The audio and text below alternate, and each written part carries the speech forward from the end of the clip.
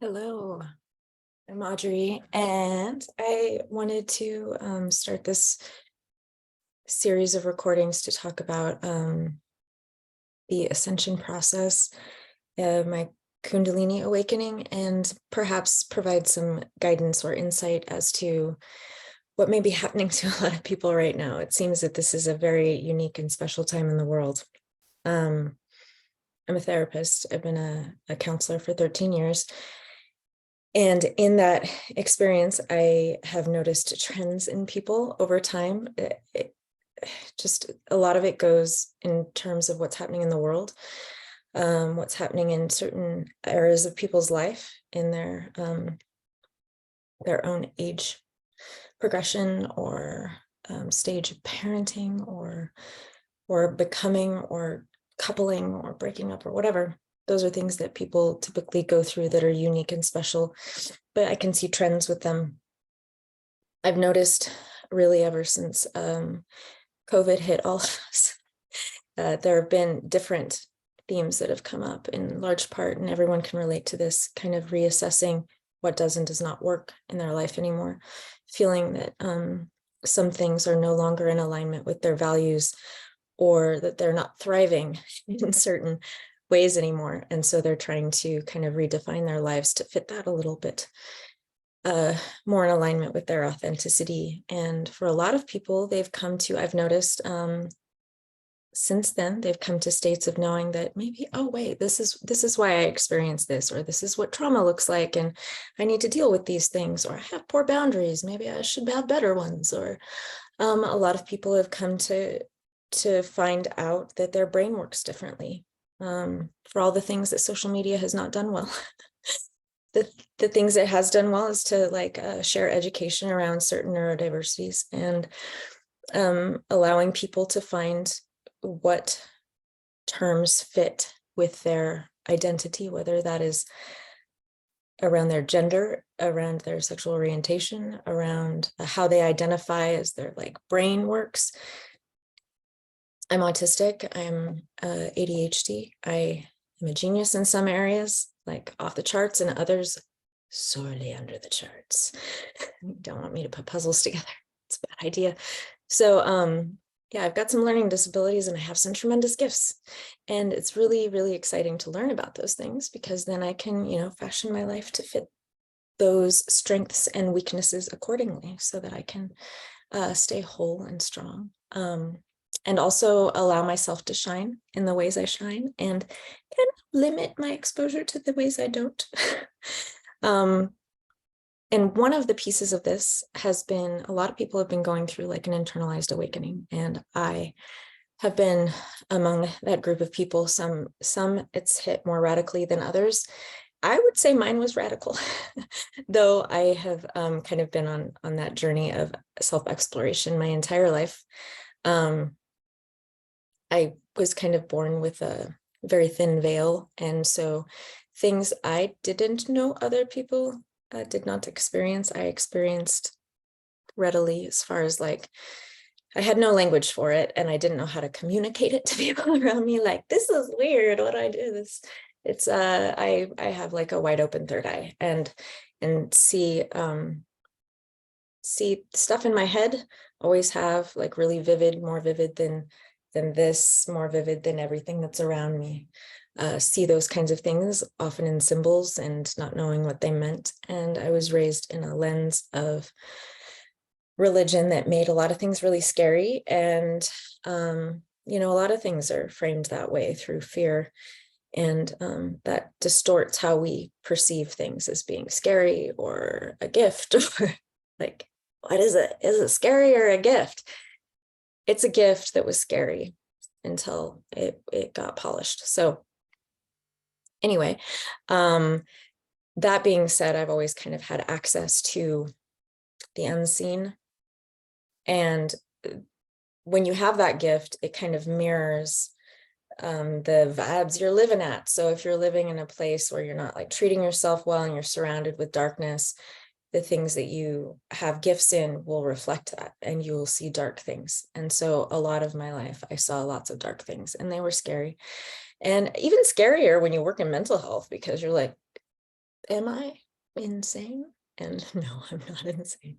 There were times I felt I was touched with a little something, something that wasn't good, but working through all of that, better version of that now. So once you heal yourself, if you have those gifts, and I think everybody can get access to them if they want to and work for it and invite it. Others of us, it's just like thrown at us, and then we have to learn how to sink or swim. Side note, I can't actually swim. I would like to learn how to do that one day. It's on my list of things. So anyway, in this experience of learning about my neurodiversity, everybody's going through COVID and freaking out about like what is true for them, what feels right, what feels wrong. I had this like huge blessing to be able to go through this internal transformative time while watching like my patient load go through a transformative time as well. And serendipitously or fate, or whatever you want to call it, synchronistically, people ended up in my orbit that were going to be going through similar ascension challenges or blessings at the time. It's all about framing it properly. And so it was as though I got to experience it and then guide people through it. And that was so cool. So cool. And while I was gifted with all these things, I then got like hit with, a kundalini awakening on December 13th, 2021. And I didn't know what that was. I'd heard about it. No concept scope for what kundalini meant outside of, I knew it was somehow related to yoga, or I thought maybe people talked about it with tantra or sex or something. And I was like, well, I don't know what that is. And then it happened to me. And it was, a lot of people will say that it's scary or overwhelming or can lead to like psychosis. For me, it was actually just like the best gift I could have ever been given. It's like, if we say life is just hell, let's just go out on a limb and say that living in this world where people are unkind to each other and you're trapped in this brain that's always attacking you and judging you and other people, and sad and victimized by all things all the time, and your physical body is hard because it like hurts sometimes and gets tired or ages and then people betray you, and then you're sad, and it's a lot of bad stuff, but it's cool. Like, we get to polish and get better and build character, but it's like hard. And so imagine you're in hell. Can you imagine it? Yeah, you can. If you've ever worked like retail or food service. Side note, ADHD. Waited tables for 7 years before I finished undergrad and grad school. And I'll tell you what, there's nothing like the nightmare of getting sat all these tables and the POS doesn't work and you can't find your bartender and the line cooks are smoking pot in the basement. You can never get your food on time. Like, that's hell. That's like one of my layers of hell, is in that subconscious place. But imagine you're in that hell and there's an event that happens that just pulls you out of it and you're like in a better place, and then you're there forever. That's kind of amazing. And so I consider it like, how like new born again Christians say, I was saved. Well, honestly, I think they're talking about this and not that. Like, they got it crossed. Except I'm not like an overzealous missionary.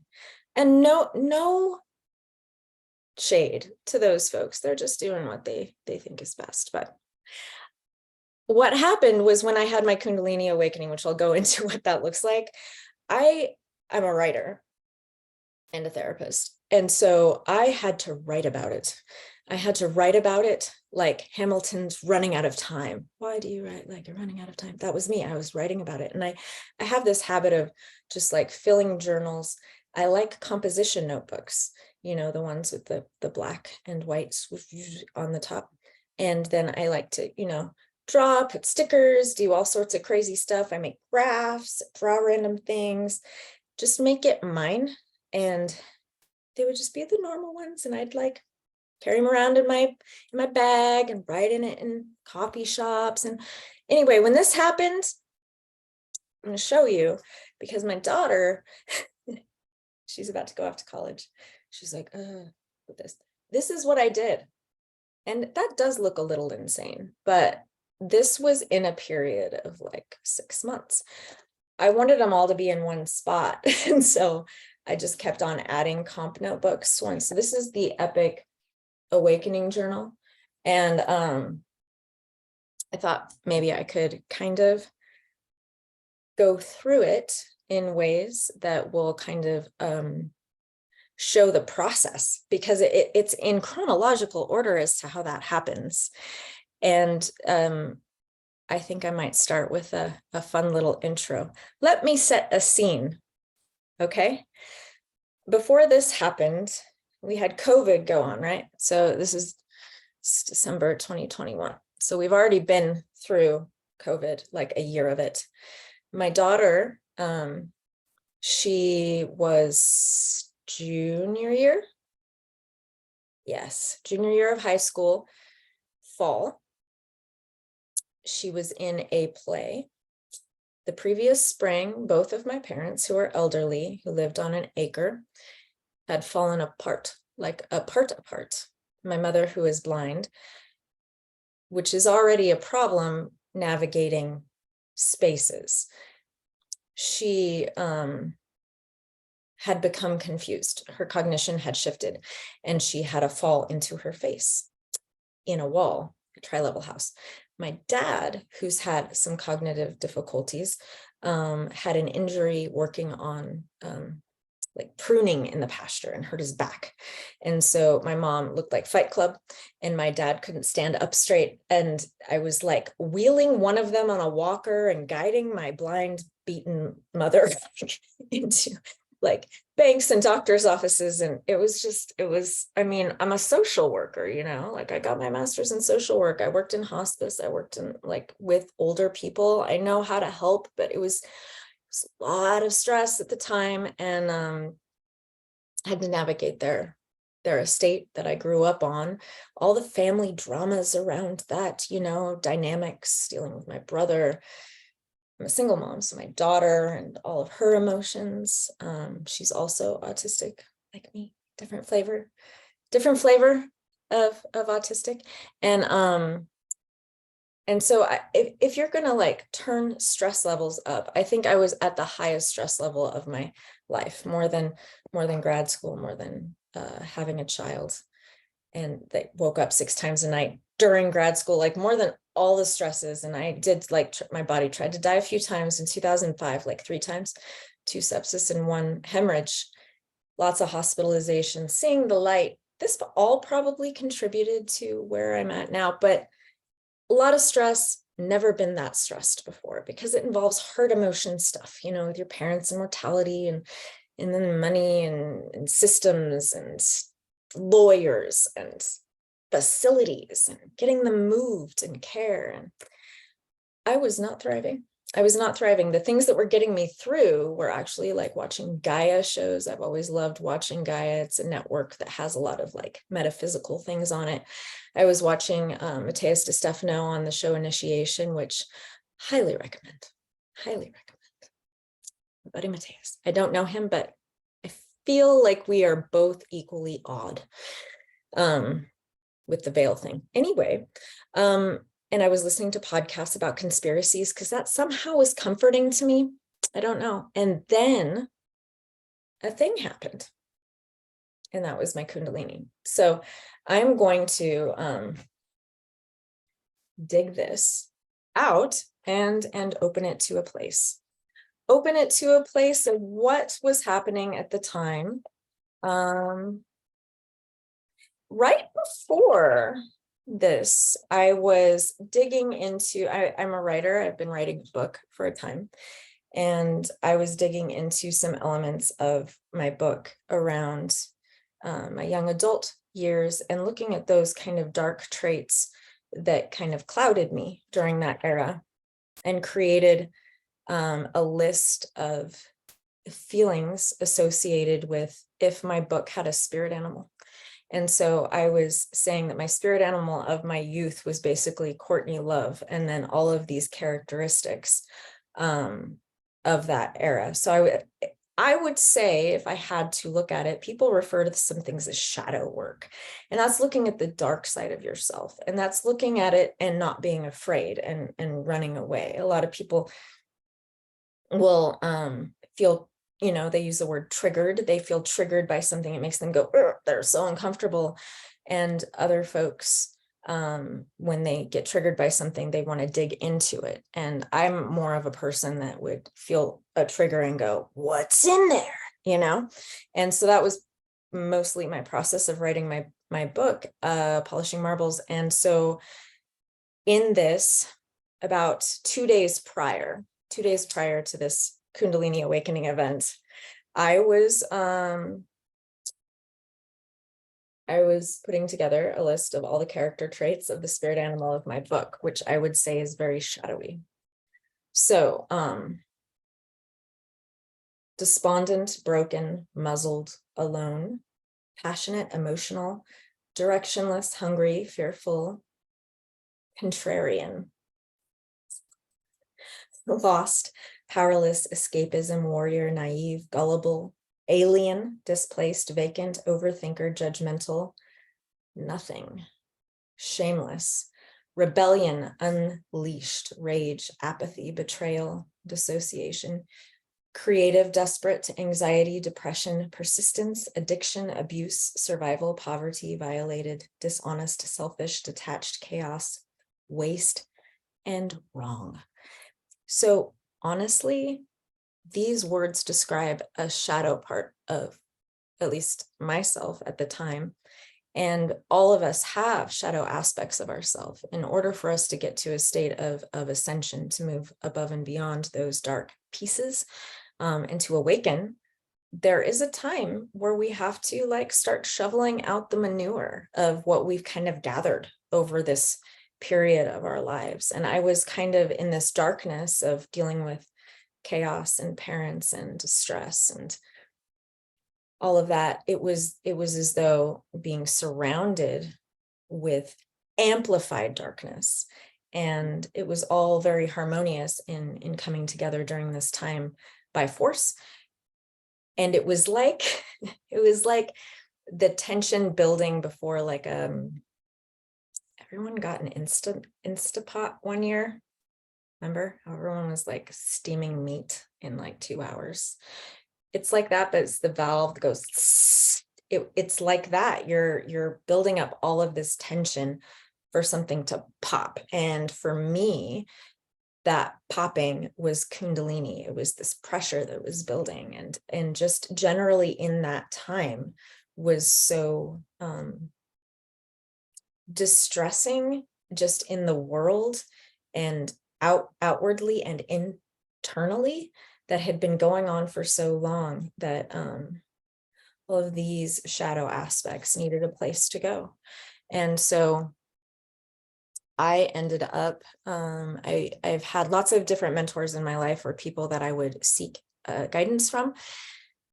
And even though I'm a therapist, therapy has not always been the best thing for me, because I kind of anticipate what therapists are going to say. And I know how to do therapy in my own head, which is probably a horrible thing for me to say out loud.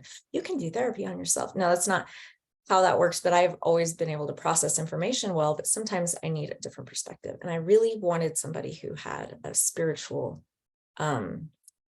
vantage point that could speak the woo with me. And I had somebody like that, and I'd been seeing her on and off for several years. And I met with her, and she was able to reveal to me some things I was unable to see on my own. One of those things was what we agree to.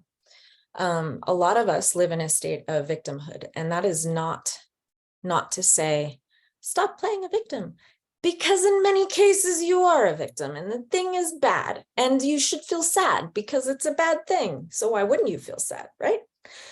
So it's not necessarily like playing a victim is bad. It's just being able to see outside of that, where your control lies. And to me, at the time, I felt very victimized by all the things that were on top of me that I was in charge of and needed to manage on top of my business and my daughter and my parents. I was like, it was like a ringleader of a circus.